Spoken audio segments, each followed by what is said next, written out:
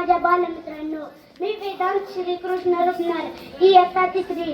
मित्रांनो, जसं की आपण जाणता, आज आपण येथे एकत्र झालो आहोत ते म्हणजे भारताचा 76वा गणतंत्र दिवस म्हणजेच प्रजासत्ताक दिन साजरा करण्यासाठी. मित्रांनो, भारताला 15 ऑगस्ट 1947 रोजी स्वातंत्र्य मिळाले.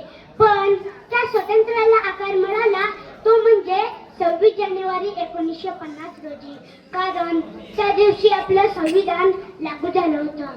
परंतु आज आपण हे विसरत चाललोय की आपण ज्या स्वतंत्र भारतात जगतोय त्याला स्वतंत्र करण्यासाठी आपल्या पूर्वजांनी वर्षानुवर्ष ते गुलामगिरी विरुद्ध लढताना इंग्रजी सरकारचे अत्याचार सहन केले.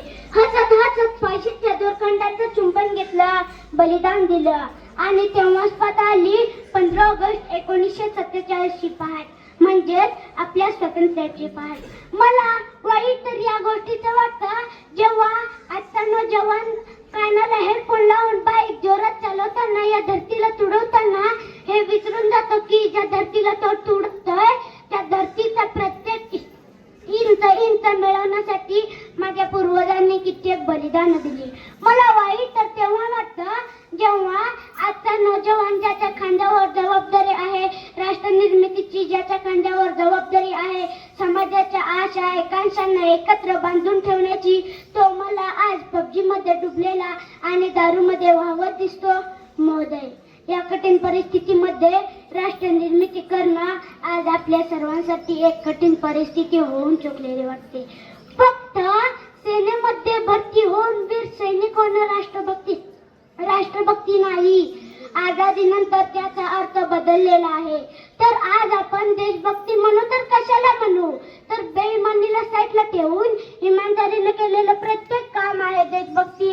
कर्तव्य दक्षतेचं पालन करणं म्हणजे ते आहे देशभक्ती. एका गरीब एका म्हाताऱ्या माणसाला औषध दिले जाईल म्हणजे ते आहे देशभक्ती. मित्रांनो, आपलं राष्ट्र पूर्णत्वाचं स्वप्न तेव्हाच पूर्णत्वात जाईल ज्यावेळेस प्रत्येक शेतकऱ्याच्या शेतात आपण पाणी पोहोचू शकू, जेव्हा देशात वाढणारी बेरोजगारी, देशात वाढणारी गरिबी, देशात वाढणारे अत्याचार आपण पूर्णत्वास थांबवून घेऊ.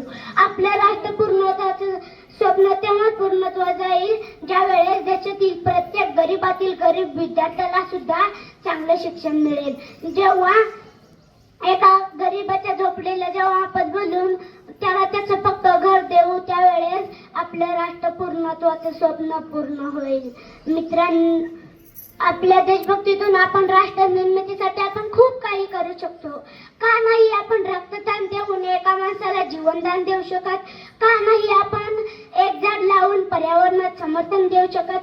का नाही आपण कचरा इकडे तिकडे न फेकता देशाच्या स्वच्छतेसाठी योगदान देऊ शकत?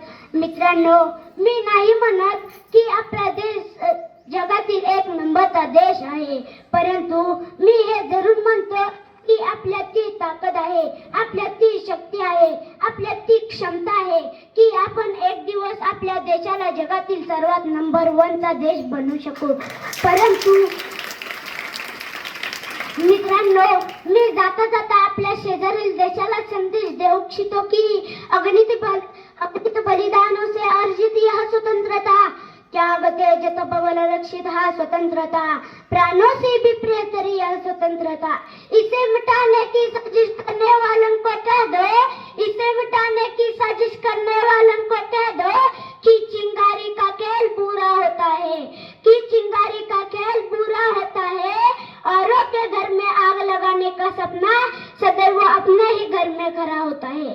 तू अपने ही हाथों अपनी कब्र ना खोदो, तुम अपने ही हाथों अपनी कब्र ना खोदो, तुम अपने ही पैरों कुल्हाड़ी नहीं चढ़ाओ. ओ नादान पड़ोसी आंखें खोलो, ओ नादान पड़ोसी आंखें खोलो.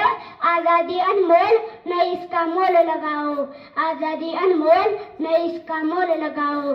एक नहीं तो करो 200 समझौते, पर स्वतंत्र भारत का मस्तक नहीं झुकेगा, पर स्वतंत्र भारत का मस्तक नहीं झुकेगा. जय हिंद, जय भारत, जय महाराष्ट्र.